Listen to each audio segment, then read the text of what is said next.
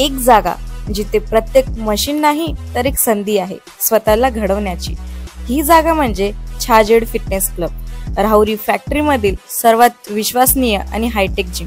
महिलांसाठी स्वतंत्र batches and trainers, 100% safe and positive environment, AC सह पूर्ण सुविधा असलेली gym, hi tech equipments, full body workout साठी योग्य। तर यायचं कुठे आहे? Chhajed fitness club, Tarabad road, Rahuri factory. आवाज जनतेचा, लढा सर्वसामान्य जनतेच्या न्याय व हक्कांसाठी।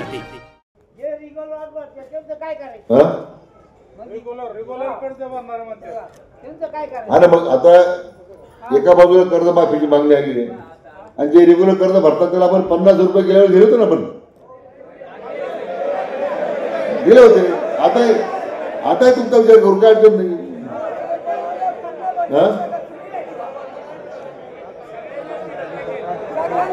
रेग्युलर कर्ज भरणाऱ्या लोकांना सुद्धा पैसे दिले का नाही? आता तुमची मागणी आहे ना, रेग्युलर लोकांना सुद्धा आपण त्यांना सुद्धा हे देऊ, आपण अनुदान देऊ। हो, रेग्युलर कर्ज भरणाऱ्या लोकांना सुद्धा 100% पैसे मिळतील, हे तुम्हाला मी खात्यावर सांगतो। चिंता करू नका। शेवटी आता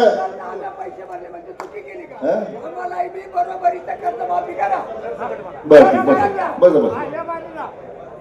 एका बाजूला अनुदान द्यायची मागणी नियमितपणे, दुसऱ्या बाजूला माफीची मागणी, दोन्ही पद्धती।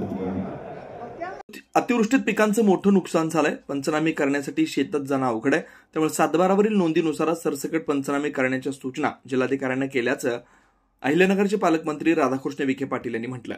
अहिल्यानगर जिल्हा बँकेची वार्षिक सर्वसाधारण सभा आणि QR कोड उद्घाटन मंत्री विखे पाटील यांच्या उपस्थितीत पार पडला।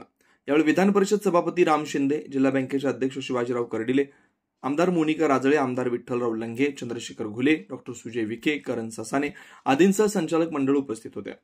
मंत्री राधाकृष्ण विखे पाटील यांचं भाषण सुरू असताना शेतकऱ्यांनी कर्जमाफी करा अशी घोषणाबाजी केली। यावेळी विखे पाटील यांनी शेतकऱ्यांना शांत करताना कर्जमाफीची मागणी चुकीची नाही असं सांगत शेतकऱ्यांना सर्वतोपरी मदत केली जात असल्याचं सांगितलं। यावेळी काही शेतकऱ्यांनी नियमित कर्जफेड करणाऱ्यांना अनुदान द्या अशी मागणी केली। त्यावर एका बाजूला अनुदान मागायचं आणि दुसऱ्या बाजूला कर्जमाफी मागायची, या दुहेरी भूमिकेकडे विखे पाटील यांनी लक्ष वेधलं। नवनवीन घडामोडी आणि सत्य बातमी पाहण्यासाठी आजच आमच्या YouTube चॅनलला सबस्क्राईब करा, शेअर करा आणि लाईक नक्की करा।